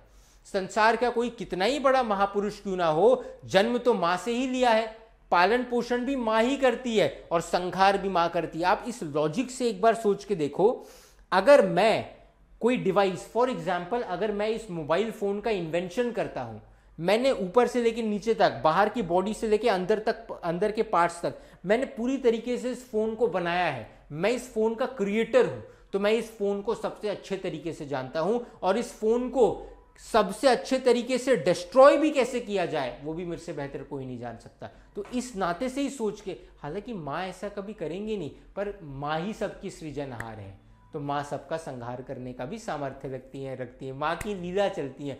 पर मां का स्वभाव ऐसा है, क्योंकि मां तो करुणामयी है। ठाकुर जी कभी कभी रूठ जाए पर मां कभी नहीं रूठती, है ना। प्रभु को, पिताजी को कभी कभी क्रोध आ जाए पर मां को कभी क्रोध नहीं आता। ये मां का स्वभाव है, ये मां की महिमा है। उन मां की शरण में जाना चाहिए, उन मां की शरण में जाना चाहिए। आप इस चीज को समझो, मां कभी किसी को, जब तक हमारी मां जानकी, जब तक हमारी मां हमारे रघुनाथ जी के साथ है, तब तक रघुनाथ जी को मां किसी को मारने नहीं देती। जयंत पे भी मां प्रहार नहीं करती, प्रभु को बताती नहीं, तो प्रभु तुरंत, प्रभु ने ब्रह्मास्त्र तो चलाया पर मां ने प्रभु से कहा नहीं कि जयंत मुझे चोटिल करके गया, नहीं। मां जगत जननी है, मां जगदम्बा है, मां तो मां है। बाप शब्द, बाप वैसे शब्द उच्चारण करो मुंह बंद हो जाता है, और मां मुख खुल जाता है। बच्चा जिसके सामने मुंह खोलकर अपने दिल की बात कर सके वही तो मां है। तो अब इस चीज को यहां पे समझने की कोशिश कीजिए। देवियों का बड़ा योगदान रहा है, जो हमारे देश के बड़े बड़े पुरुष वर्ग के नेता नहीं कर पाए वो देवियों ने किया। वो वहां चढ़ी, झंडा फहराया, घोषणा पड़ी स्वतंत्रता की, और तत्पश्चात एक और, मतलब जो ठाना था वो तो किया कि 26 जनवरी 1931 को इसी मॉन्यूमेंट के पास ठीक 4:24 पे हम स्वतंत्रता दिवस मनाएंगे, आजादी की शपथ घोषणा पढ़ेंगे। स्त्रियों ने वो कर दिया। उसके बाद स्त्रियां यहीं रुकी नहीं और जुलूस ने, उसी जुलूस को और आगे लेकर के गई। और अब क्या है, सुभाष बाबू को तब तक पकड़ लिया गया और लाल बाजार लॉकअप में भेज दिया गया। ठीक है, अब स्त्रियां जो है जुलूस बनाकर मॉन्यूमेंट से चली, कि मॉन्यूमेंट पे जो काम था वो तो हो गया, वो जुलूस लेके वो चली। अब लोगों ने देखा कि स्त्रियों ने अच्छा काम किया, तो और पुरुष लोग भी, और काफी सारे लोग स्त्रियों के जुलूस में जुड़ गए। बड़ी भीड़ इकट्ठा हुई। बीच में पुलिस थोड़ी ठंडी पड़ गई थी। हाँ, ये मैं बता रहा था कि पुलिस को लगा कि देखो इनको जो करना था वो तो इन्होंने कर ही दिया। इन्होंने तो यही इनका मेन था ना कि मॉन्यूमेंट पे हम चैलेंज करते हैं, रोकना है तो रोक लो। हम नहीं रोक पाए, इनको जो करना था तो कर लिया। ठीक है, अब घर जाएंगे यार, खाना वाना पकाना है, शाम होने वाली है। अरे वो तो यही सोच रहे होंगे हम भी घर जाए, ड्यूटी का टाइम हो गया और छुट्टी का टाइम हो गया। पुलिस ठंडी पड़ गई। पर जब पुलिस ने ये देखा कि स्त्रियों के जुलूस ने जो बात तय हुई थी वो तो किया ही, यानी कि ठीक 26 जनवरी 1931 को, मैं बार बार रिपीट करूंगा कि आपके दिमाग में आए, 26 जनवरी 1931 को ठीक दोपहर के 4:24 हम मॉन्यूमेंट के पास स्वतंत्रता दिवस मनाएंगे, तिरंगा फहराएंगे, आजादी की शपथ लेंगे, घोषणा पढ़ेंगे। जो करना था वो तो स्त्रियों ने किया ही, तो अब तो ये घर जाएंगे। बट स्त्रियां वहां रुकी नहीं, स्त्रियां और आगे बढ़ी और जुलूस लेकर के, और उनके साथ अब और पुरुष और बाकी लोग जुड़े, तो स्त्रियों का जुलूस अब और ज्यादा बड़ा हो गया। जब और ज्यादा बुरा हो गया तो पुलिस फिर गर्म, पहले ठंडी पड़ गई थी बीच में, यहाँ ठीक है हो गया सो गया, अभी घर जाएंगे। पुलिस फिर एक्शन में आ गई और ज्यादा लाठीचार्ज करना पड़ा। धर्मतल्ले के मोड़ पर आकर जुलूस टूट गया और करीब 50-60, धर्मतल्ला एक मोड़ था, अब वहां पे क्या है, बहुत बड़ी भीड़ है, छोटे मोड़ है, भीड़ थोड़ी इधर उधर तितर बितर हो गई, पुलिस लाठियां चला रही है, तो अब क्या है ना कि भीड़ इधर उधर बट गई धर्मतल्ले के मोड़ पे।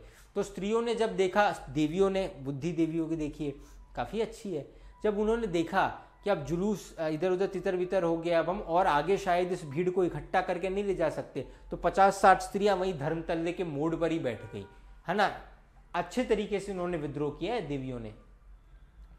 पुलिस ने उनको पकड़कर लाल बाजार भेज दिया, वही जहां पे नेताजी सुभाष चंद्र बोस को भेजा था, उन 50-60 स्त्रियों को भी जबरदस्ती पकड़ करके जेलों में भेज दिया। स्त्रियों का एक भाग आगे बढ़ा जिसका नेतृत्व विमल प्रतिभा कर रही थी, एक स्वतंत्रता सेनानी का नाम आपको दिया है स्त्रियों में। उनको बहु बाजार के मोड़ पर रोका गया और वे वही मोड़ पर बैठ गई। आसपास बहुत बड़ी भीड़ इकट्ठा हो गई जिस पर पुलिस बीच बीच में लाठी चलाती थी। अब स्त्रियों का देखो, आप स्टोरी समझिए, मैं आपको स्टोरी दोबारा बार बार रिपीट करा रहा हूँ, रिवाइज करा रहा हूँ कि आप स्टोरी समझे, कंफ्यूज ना हो कि इतने सारे डिटेल्स, इतने सारे नाम दिए। स्टोरी वही है, ठीक मॉन्यूमेंट के पास 4:24 पे प्लान तय था कि हम स्वतंत्रता दिवस मनाएंगे, झंडा फहराएंगे, आजादी की शपथ लेंगे, घोषणा पढ़ेंगे। स्त्रियों ने वो काम कर दिया। सुभाष बाबू को पकड़ लिया गया था और लॉकअप में भेज दिया गया। कहाँ के लॉकअप में इंपॉर्टेंट नहीं है, लाल बाजार के लॉकअप में भेज दिया गया। सुभाष बाबू पकड़े गए थे। अब क्या है कि स्त्रियों के जुलूस ने वो काम कर दिया जो करना था। उसके बाद जुलूस आगे बढ़ा। अब स्त्रियों के जुलूस ने जो काम कर दिया वो देखकर लोग उत्साहित हो गए और लोग उनके जुलूस के साथ जुड़े, उनका जुलूस और ज्यादा बड़ा हो गया। पुलिस ने रोकने की कोशिश की, रोक नहीं पाई। एक धर्मतल्ला का मोड़ था जहां पे उनका जुलूस स्त्रियों का तितर बितर होने लगा। ये देखकर 50-60 स्त्रियां कि अब सबको इकट्ठा करके पूरे जुलूस को एक साथ और आगे नहीं ले जाया जा सकता, तो 50-60 स्त्रियां धर्मतल्ले के मोड़ पर ही अनशन करने बैठ गई।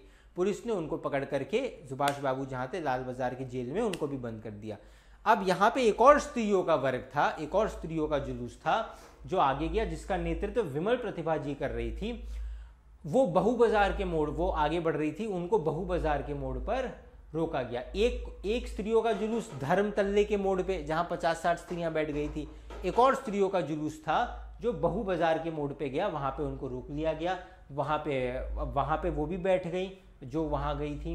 यानी कि जो स्त्रियां धर्मतल्ले के मोड़ पे थी, जब उनको दिखा कि अब पूरी भीड़ तितर बितर हो रही है, जुलूस तितर बितर हो रहा है, पुलिस लाठियां चार्ज कर रही है, जुलूस को और आगे साथ में नहीं ले जाया जा पाएगा, तो वहीं बैठ गई। उसी तरीके से धर्मतल्ले वाले, उसी तरीके से जब बहु बाजार मोड़ पर आया गया तो वहां पे भी जब भीड़ तितर बितर होने लगी, पुलिस बड़ी मतलब बेरहमी से लाठी चार्ज करने लगी, तो कुछ स्त्रियां जिसका नेतृत्व प्रतिभा जी है ना, विमल प्रतिभा जी कर रही थी, वो भी वहां पे बहु बाजार मोड़ पर बैठ गई। ठीक है, इस प्रकार करीब पौने घंटे के बाद पुलिस की लॉरी आई और उनको लाल बाजार ले जाया गया। पौने घंटे बाद मतलब फिर पुलिस की लॉरी आई और जैसे धर्मतल्ले के मोड़ पे बैठी हुई 40-50 स्त्रियों को होगी, सबसे पहले तो नेताजी सुभाष चंद्र बोस जी को लाल बाजार के लॉकअप भेज दिया। लगता है सबको लाल बाजार ही भेजते हैं, उनको लॉकअप में भेजा। फिर स्त्रियों का जुलूस जो आगे बढ़ा था, जो बड़ा हो गया था, जो धर्मतल्ले के मोड़ पे आया पर और आगे नहीं बढ़ पाया, तो 40-50 स्त्रियां वहीं बैठ गई, उनको भी लॉकअप में भेज दिया गया। उसके बाद स्त्रियों का एक और जुलूस था जो बहु बाजार तक पहुंचा था, वहां पे 40-50 संख्या नहीं दी, पर वहां पे कुछ और स्त्रियां बैठ गई, उनको भी पौने घंटे बाद पकड़ करके जेल में भेज दिया गया। ये अंग्रेज यही करते थे, सबको जेल में भर देते थे। हाँ, इस प्रकार करीब ठीक है, और भी कई आदमियों को पकड़ा गया। वृजलीला गोयनका जी कई दिन से अपने साथ काम कर रहा था और दमदम जेल में भी अपने साथ था, पकड़ा गया। पहले तो झंडा लेकर वंदे मातरम बोलता हुआ मॉन्यूमेंट की ओर इतना जोर से दौड़ा कि अपने आप ही गिर पड़ा और उसे एक अंग्रेजी घुड़सवार ने लाठी मारी, फिर पकड़कर कुछ दूर ले जाने के बाद छोड़ दिया। इस पर वह स्त्रियों के जुलूस में शामिल हो गया और वहां पर भी उसको छोड़ दिया। तब वह 200 आदमियों का जुलूस बनाकर लाल बाजार गया और वहां पर गिरफ्तार हो गया। अब देखो, यहाँ पे एक व्यक्ति के हौसले की बात की गई है। वो गिर गया, आप उसके ऊपर चढ़ गए, आपने उसको लाठियां मारी, आपने अपने बूट से उसको मारा, आपने उसको पकड़ के मारा, उसको जलील करके फेंक दिया, उसके बाद भी उसने हिम्मत नहीं हारी। मैं आऊंगा, उठूंगा, हार नहीं मानूंगा, रार नहीं ठानूंगा, हार नहीं मानूंगा, रार नहीं ठानूंगा। और उस आदमी ने तब तक अंग्रेजों को तंग किया जब तक मजबूरन उनको गिरफ्तार नहीं करना पड़ा, है ना। हम बात कर रहे हैं गोयनका जी की, वृजलाल गोयनका जी, ठीक है। वो जुलूस में थे, ठीक है। सबसे पहले तो जब बड़ा जुलूस था नेताजी सुभाष चंद्र बोस का, उसमें वो थे, तो झंडा लेकर के वंदे मातरम वो ऐसे तेजी से दौड़े, किसकी तरफ, अपने मॉन्यूमेंट की तरफ। वहां पे वो अपने आप इतनी तेजी से दौड़े, भीड़ भी थी कि वो अपने आप ही गिर गए। पुलिस ने उनको लाठी मारी जोर से और उनको बाहर निकाल के जुलूस से साइड में फेंक दिया, साइड में मतलब कर दिया, जाओ भागो, लाठी मार के भगा दिया। तो क्या वो भाग गए? अरे बहुत जोर से लाठी मारा, नहीं, दुगनी ताकत के साथ दोबारा उठ करके गोयनका जी, प्रणाम है गोयनका जी को, गोयनका जी फिर वापस आए। इस बार स्त्रियों के जुलूस में शामिल हो गए, ठीक है। इस बार गोयनका जी स्त्रियों के जुलूस में शामिल हो गए, वहां पर भी उनको लाठियां मारी गई। दोबारा एक लाठी कोई पीठ पे खा के देखे कितना दर्द होता है। दो दो बार कई लाठियां खाई। स्त्रियों के जुलूस में भी उनको लाठियां मारी कि नहीं देवी जी को मत मारी, और खुद लाठियां खाई, फिर उनको लाठियां मार के भगाया गया, हार नहीं मानी। इस बार 200 आदमी को और जोड़ करके आए कि मैं लाठी खाऊंगा, हाथ पांव टूट जाए, पर स्वतंत्रता दिवस देश के लिए अगर मरना हो तो मर जाएंगे, और क्या है हमारे पास। तो इस जोश के साथ 200 लोग और उनके साथ आए। इस बार 200 लोगों का जुलूस लेकर के फिर अटैक किया। युद्ध तब तक किया जाता है जब तक या तो वीर गति ना हो या जब तक विजय ना हो। विजय और वीर गति के अतिरिक्त महान योद्धा और किसी के लिए युद्ध नहीं करता। प्रयास करेंगे पहले कि युद्ध ना हो, किंतु एक बार रणभूमि में आ गए तो या तो विजय या वीर गति, और कोई गति स्वीकार नहीं हो सकती। तो उन्होंने वो दोबारा इस बार 200, इस बार तिगुनी शक्ति के साथ 200 लोगों को लेकर के फिर अटैक किया जुलूस के साथ अंग्रेजों पे। इस बार अंग्रेजों ने बोला ये तो बड़ा ढीठ आदमी, इस बार उनको पकड़ करके गोयनका जी को, उनको भी लॉकअप में डाल दिया गया। मदालसा भी पकड़ी गई, वो भी स्त्रियों की लीडर जो मैंने आपको बताया था। उससे मालूम हुआ था कि उसको थाने में भी मारा था। मतलब कैसे नीच लोग हैं, अच्छा नहीं लगता मुझे ऐसी भाषा का प्रयोग करना, पर आप खुद समझ करके देखिए यार। देखो, अगर कोई स्त्री तुम पर प्रहार कर रही है, यानी कि कोई महिला आप पर प्रहार कर रही है, तब आप अपने आप को बचा रहे हो, वो समझ में आता है। पर उस समय भारत में साड़ी पहन के कोई स्त्री विरोध कर रही है उसके घर में, मैंने आपको शुरू में ही इस पाठ की वैल्यू बताई थी, चोट लगी है, छुप के बच्चे से जाकर के बता क्या, उस स्त्री का क्या योगदान नहीं है उस महिला का देश की आजादी में? महानतम योगदान है, उनकी चरण धूल के बराबर हम नहीं है। ऐसी स्त्रियों पर हाथ उठाना, देखो ये मत समझना कभी पाप कर्म कभी किसी को बख्शता नहीं है। सही बात है ये, है ना। उजली करनी कर ले प्यारे, कर्म ना करियो काला, क्यों लाख आंख से देख रहा है तुझे बनाने वाला। प्रभु अवसर अंत तक देते हैं, किंतु कर्म का परिणाम भोगना ही पड़ता है। इसलिए बच के खूब सावधानी से ऐसे व्यक्तियों की बात मत सुना करो, ना ऐसी संगतों में जो स्त्री पर हाथ उठाए। महिला पर हाथ नहीं उठाया जाता, नहीं, और खासकर जो अबला महिला है कदापि नहीं उठाया जाता। स्त्री पर हाथ उठाना, महामहिम भीष्म बाणों की शैया से धर्मराज युधिष्ठिर को यही कहते हैं, किसी सभ्य समाज की पहचान यही है, उसकी कसौटी यही है कि उस समाज में नारी जाति का सम्मान होता है या अपमान।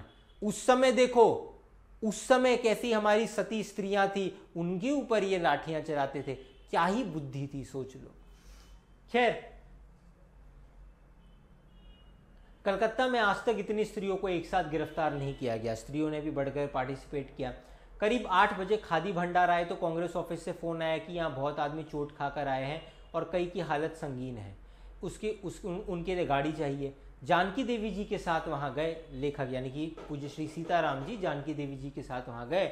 बहुत लोगों को चोट लगी थी। एक डॉक्टर थे बंगाल के दास गुप्ता जी। अब देखो, इनको फ़ोन आया खादी भंडार से। खादी भंडार, देखो पहले क्या होता था, हर जगह फ़ोन नहीं हुआ करता था कि मतलब फ़ोन, हाँ रुको जेब से निकाल के बात करता हूँ। बहुत अमीर घर, बहुत कम जगहों पे फ़ोन होता था। तो एक खादी भंडार था बहुत बड़ा, वहाँ पे वहाँ फ़ोन था। तो कांग्रेस ऑफिस ने वहाँ फ़ोन किया, और कहीं तो फ़ोन कर नहीं सकते कि अरे ये मैसेज पास करो। तो फ़ोन पे ये मैसेज बताया कि हमारे ऑफिस के पास कई लोग हैं जो बुरी तरह घायल हैं, हमको एक गाड़ी चाहिए कि इनको हम ले जा सके इलाज के लिए, और जो घायल है उनको यहाँ ले जा सके। यहाँ हमारे पास एक डॉक्टर बाबू हैं, डॉक्टर बाबू का नाम डॉक्टर दासगुप्ता था। तो वो मरीजों को देख रहे थे जिनका किसी का सर फट गया, किसी को पीठ पे चोट लगी, मतलब जिनको लाठीचार्ज की वजह से चोट लगी, उनको डॉक्टर दासगुप्ता देख रहे थे और फोटो उतरवा रहे थे। डॉक्यूमेंटेशन के लिए फ़ोटो लेनी पड़ती है। उस समय तक 67 आदमी वहाँ आ चुके थे, बाद में 103 और आ पहुँचे। अस्पताल गए लोगों को देखने से मालूम हुआ कि 160 आदमी तो अस्पतालों में पहुँचे और जो लोग घरों में चले गए वे अलग हैं। कई लोग लाठी के चाल के, अब कौन अस्पताल जाएगा, अस्पताल में बेड नहीं है, कई लोग घर चले गए। इस प्रकार 200 तो घायल ज़रूर हुए होंगे। पकड़े गए आदमियों की संख्या का पता नहीं चला, पर लाल बाजार के लॉकअप में स्त्रियों की संख्या ही 105 थी। अब वो आपको एंड में ये बता रहे हैं कि ये जो इवेंट था ये सक्सेस था और ये कितना बड़ा ग्रैंड इवेंट था और कितने लोगों ने, ये पाठ यही आपको बताना चाहता है पूज्य श्री सीताराम जी, कि इस देश की आज़ादी में जो महान स्वतंत्रता सेनानी है, 2-4 जिनका आप नाम जानते हैं, उनका तो योगदान है ही, पर ऐसे अनेकों लाखों लोगों का, करोड़ों लोगों का और योगदान है जिनका नाम आप नहीं जानते। 105 तो सिर्फ स्त्रियां थी लाल बाजार लॉकअप में। बड़ा बड़ा योगदान रहा है माओ का और बाकी पुरुषों का भी जिन्होंने संघर्ष किया, बड़ा बड़ा योगदान रहा है, बड़ा योगदान रहा है। तो स्त्रियों का भी अपने आप में बहुत बड़ा योगदान रहा है, पुरुषों का, बहुत सारे लोगों का योगदान रहा है। बंगाल के नाम या कलकत्ता के नाम पर जो आज तो जो कुछ हुआ वह अपूर्व हुआ, यानी कि आज जो हुआ, इससे पहले इस तरह का प्रोटेस्ट, इतने लोगों का बढ़ चढ़ के पार्टिसिपेट करना, लाठी खाने पर भी भीड़ का, पुलिस ने भी नहीं सोचा था कि इतनी फोर्स के बाद भी चैलेंज दे रहे हैं, हमने पूरी एड़ी चोटी का दम लगाया, फिर भी ये अपना चैलेंज पूरा कर लेंगे कि मॉन्यूमेंट पे 26 जनवरी 1931 को ठीक दोपहर 4:24 पे झंडा फहराएंगे, आज़ादी का शपथ लेंगे, घोषणा पत्र करेंगे। ये उन्होंने भी नहीं सोचा था, पर जो हुआ वो अपूर्व था। बंगाल के नाम या कलकत्ता के नाम पर कलंक था कि यहाँ काम नहीं हो रहा है, वह आज बहुत अंश से धुल गया और लोग सोचने लग गए कि यहाँ भी बहुत सा काम हो सकता है। इसका एक अर्थ ये है कि बंगाल के नाम पर एक कलंक लगा था कि ये तो बंगाल को आज़ादी की, मतलब आज़ादी की बड़ी बड़ी जो क्रांतियां हैं वो बंगाल से शुरू हुई, क्योंकि पहले अंग्रेज़ों की राजधानी बंगाल थी, मैंने आपको पहले बताया, उन्होंने बाद में शिफ्ट कर दिया था कैपिटल। खैर, तो बंगाल के नाम पे आगे चल के, इनिशियली नहीं, आगे चल के एक कलंक लगा था कि अब बंगाल में वो बात नहीं रही। अब बंगाल में वो जो फ्रीडम फाइटर्स जिस लेवल पे एक्टिव रहते थे, बंगाल में स्वतंत्रता फ्रीडम मूवमेंट्स जिस स्केल पे होते थे, अब उस स्केल पे नहीं होता बंगाल में। तो बंगाल पे कलंक हो गया था कि यहाँ कोई काम नहीं हो रहा है, यानी कि यहाँ पे अब देश की आज़ादी के लिए जिस तरह के विरोध प्रदर्शन बंगाल में हुआ करते थे, पूरे दुनिया, मतलब पूरे भारत में कहीं नहीं होते थे, अब वैसा बंगाल में कुछ नहीं हो रहा था। जो कलंक था बंगाल के नाम पे, वो भी इससे काफ़ी कुछ धुल गया, क्योंकि जो कुछ बंगाल में हुआ वो अपूर्व था। भारत में शायद ही कहीं और इस लेवल पे इतना प्रोटेस्ट, स्त्रियां, महिलाएं, बच्चे, अंग्रेज़ों को ओपन चैलेंज देके उनको अपने चैलेंज को पूरा करना, उनकी छाती पे चढ़ के, ऐसा कुछ शायद ही पहले कभी हुआ होगा। तो वाकई दोस्तों, 26 जनवरी 1931 को क्या हुआ, मैं उम्मीद करता हूं कि मेरे इस लेक्चर से आपने अपने आंखों से स्पष्ट वो देखा होगा कि क्या हुआ था 26 जनवरी 1931 को। It's a blast from the past, time travel करके हमारे देश की आज़ादी के लिए एक महत्वपूर्ण दिन की गतिविधियों को हमने यहाँ पर देखा। तो स्टूडेंट्स, ये था, खत्म हो गया ना चैप्टर। हाँ, तो स्टूडेंट्स, ये था चैप्टर डायरी का एक पन्ना। अगर आप इस वीडियो को यहाँ तक देख रहे हैं तो मैं उम्मीद करता हूँ कि आप ज्ञान के साथ गुण भी सीख करके गए होंगे। आपके समय के लिए बहुत बहुत शुक्रिया।